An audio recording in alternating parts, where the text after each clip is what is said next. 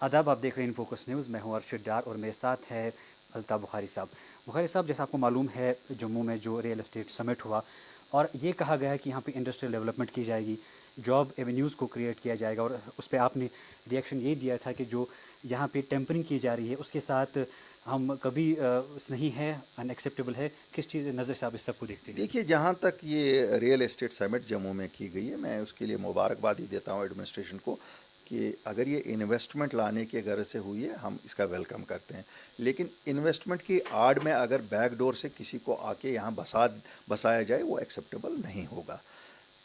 हम बड़े क्लियर हैं कि यहाँ की नौकरियाँ और यहाँ की ज़मीन यहाँ के परमानेंट रेजिडेंट्स के लिए ही है, वो किसी और को उस पर हक नहीं है। कोई भी कानून या कोई भी डेवलपमेंट जिससे हमारी इन दो चीज़ों पे असर पड़े, बिल्कुल एक्सेप्टेबल नहीं होगी।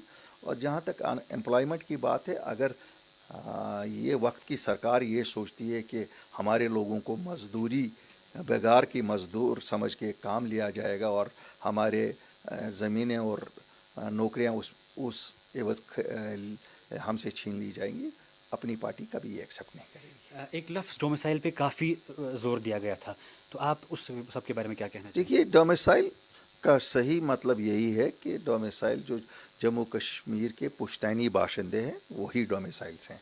और इसमें तो वो भी डोमिसाइल जो ये सोचते थे हैं, उनको भी छोड़ के अब हर एक के लिए ओपन किया गया है। हम इस चीज़ की कतन हिमायत नहीं करेंगे, बल्कि मेरी अपील होगी लेफ्टिनेंट गवर्नर साहब से, अगर वो कहते हैं कि इससे कोई डेमोग्राफिक चेंज नहीं हुई, वो एक हुक्मनामा पास करें जिसमें ये वाज़ह कर दें कि ये जो फ्लैट प्लॉट्स या मकान ये कॉलोनाइजर्स बनाएंगे, ये खाली जम्मू कश्मीर के परमानेंट रेजिडेंट्स ही खरीद सकते हैं। तो हम उनके इस स्टेप के लिए मशकूर भी रहेंगे, ममनून भी रहेंगे। आपने मजम्मत की, लेकिन क्या मजम्मत के साथ साथ ऑफिशियली अपनी पार्टी इस बारे में कोई हम तो कल कदम? कहाँ, हम कल वेयर एक एहतिजाज हम कर रहे हैं, silent protest with black mask on our face and black arm bags. हम लोग कल प्रोटेस्ट कर रहे हैं 3 चीज़ों के ख़िलाफ़। एक, जो ड्राफ्ट डिलिमिटेशन का आया है, वो हमें अनएक्सेप्टेबल है क्योंकि वो एज़ पर द मैंडेट नहीं है।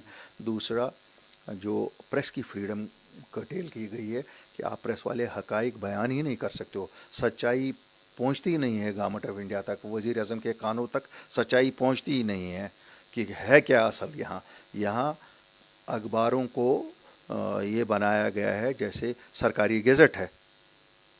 और डेमोक्रेसी का 4th पिलर है प्रेस, और जब इस प्रेस को इतनी पाबंदियों में काम करना हो तो कैसे पता लगेगी ग्राउंड पे क्या लोगों के खदशात हैं या एहसासात क्या हैं।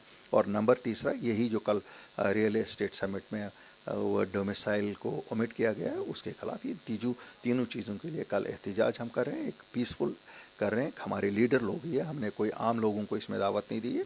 हमारे लीडर लोग ही होंगे, 200-250-300 के करीब लोग होंगे। हम एहतिजाज करेंगे और मेमोरेंडम पेश करेंगे। बहुत बहुत शुक्रिया आपका। शुक्रिया।